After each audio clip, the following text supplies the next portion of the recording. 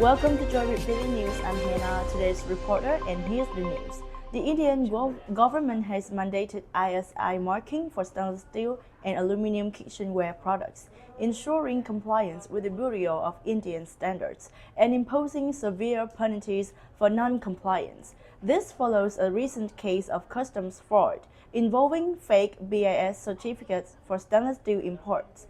Meanwhile, Asia is driving growth in the MSCI Emerging Market Index with a 16% increase, and the IMF projects continued economic growth in the region. In Europe, Spain and Switzerland are expected to see up to 20% profit growth, particularly in the utilities and energy sectors. Similarly, customs fraud issues have also been reported in Europe and the USA, prompting strict actions from authorities. On July 8, 2024, the London Metal Exchange nickel futures surged by $132 per ton to close at $17,473 per ton, while the spot price rose by $116.5 per ton to $17,199 per ton. Despite an increase in LME nickel inventories to 97,470 tons, concerns over the delivery eligibility of non-nickel finished factory by the LME have heightened fears of a potential supply shortage, driving prices up. However, subdued demand from the stainless steel sector is expected to lead to price fluctuations in the near future.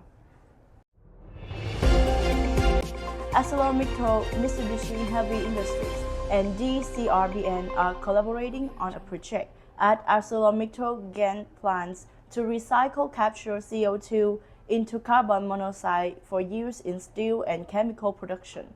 The initiative expands on an existing carbon capture pilot using the MHI's advanced KMCDR process and integrates DCRBN's plasma-based carbon conversion technology. Powered by renewable electricity, this partnership aims to ensure high-purity carbon dioxide is used effectively, linking MHI's capture system with DCRBN's unit. Successful conversion could reduce reliance on traditional materials in steelmaking and advance Belgium's smart carbon steel strategy. CEO Manfred van Vleurberg highlighted the project's innovative nature and the strategic alignment with sustainable steelmaking goals. In the first quarter of fiscal year 2024-2025, Tata Steel reported a 12.6% increase in consolidated steel production compared to the same period last year, reaching 7.96 million tons. Tata Steel India saw a 4.6% rise year-on-year to 5.25 million tons, despite a 2.8% decrease from the previous quarter due to scheduled maintenance shutdowns. Meanwhile, Tata Steel's Netherlands operations significantly boosted production by 83% year-on-year and 16.2% quarter-on-quarter to 1.72 million tons, returning to normal operational levels. Tata Steel UK produced 0.68 million tons, down 20% year-on-year, but up to 3% from the previous quarter, as it began decommissioning blast furnace number 5 in Port Talbot. In Thailand, Tata Steel produced 0.31 million tons, marking a 19.2% year-on-year increase and maintaining consistency with the first quarter of the year.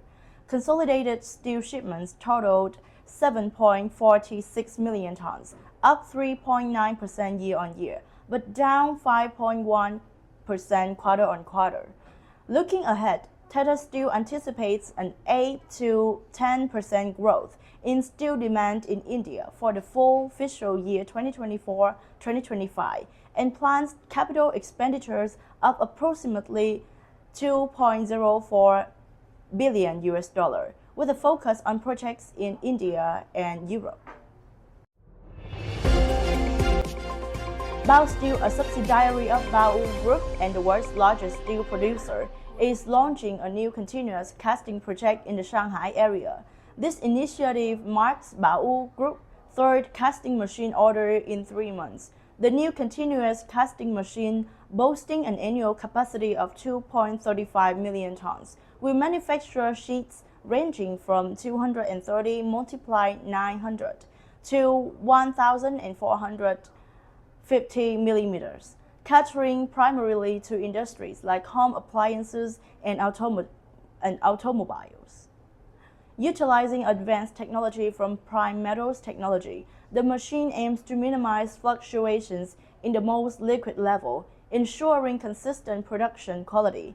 Earlier this year, Baosteel also commenced operation of a direct reduction iron plant in the Guangdong province, utilizing natural gas, coke oven gas, and hydrogen for production.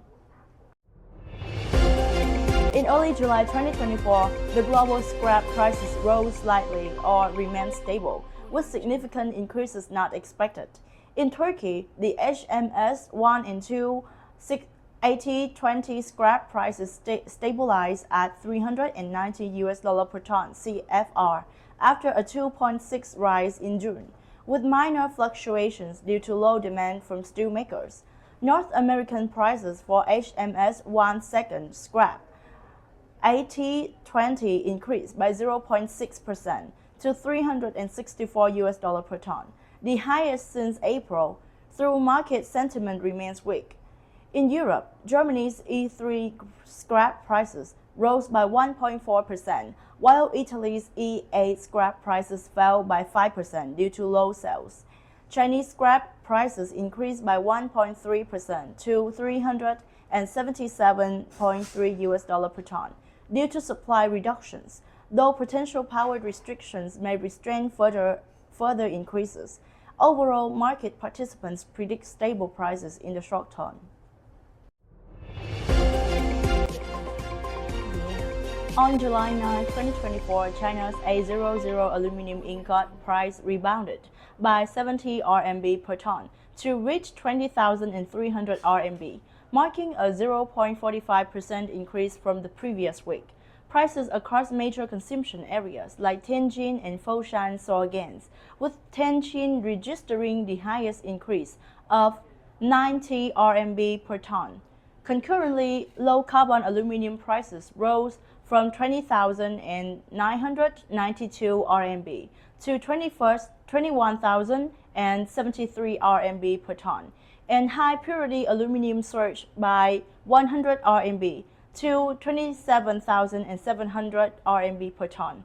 Aluminum alloy prices, including A356 and A380, increased by 50 RMB per ton, while the ADC12 and the A380 remained stable.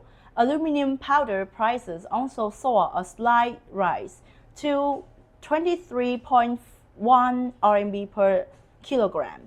Meanwhile, domestic bauxite and alumina prices remain unchanged at 640 RMB and 3,903 RMB per ton, respectively. This is the end of the news today. Thank you and see you in the next video.